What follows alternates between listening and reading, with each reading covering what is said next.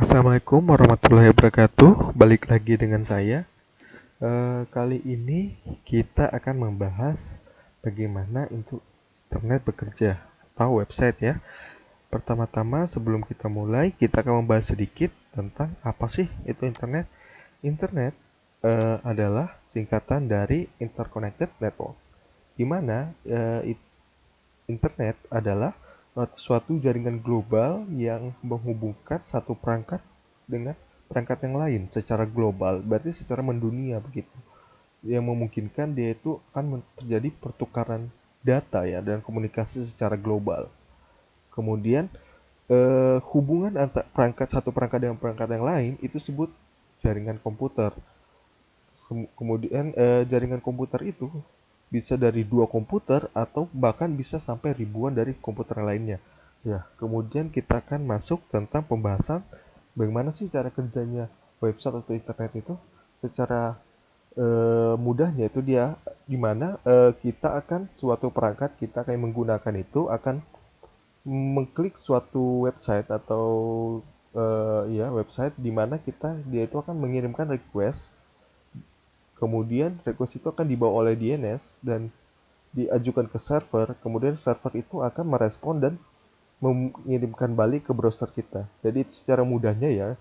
Kemudian ini secara lebih menyeluruhnya itu di mana user atau requestnya kita itu akan menggunakan suatu perangkat dan kita untuk mengakses internet dan kemudian untuk membuka suatu website itu itu di Chrome atau di Firefox atau Safari itu di mana aja kita akan mengirimkan sebuah data di mana kita akan DNS itu akan membawa data itu, kemudian DNS itu akan mencocokkan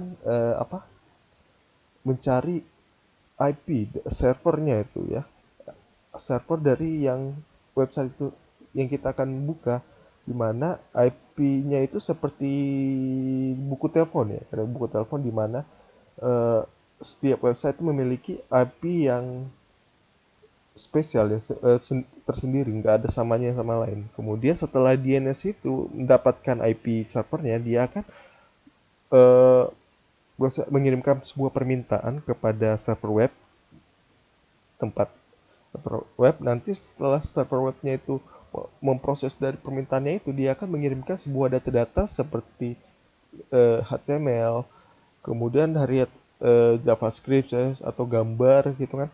Kemudian nanti data-data itu akan dikirimkan ke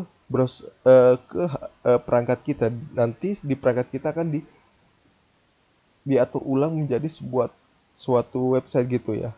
Kemudian komponen penting dari website itu ada yang frontend, yang itu yang seperti kita lihat di depan muka kita itu yang tampilannya pengguna browsernya. Kemudian ada backend, itu dia tuh itu adalah data-data yang kita seperti data seperti HTML, JavaScript, yang lain itu dia termasuk itu. Kemudian ada database, dia itu tempat penyimpanan datanya.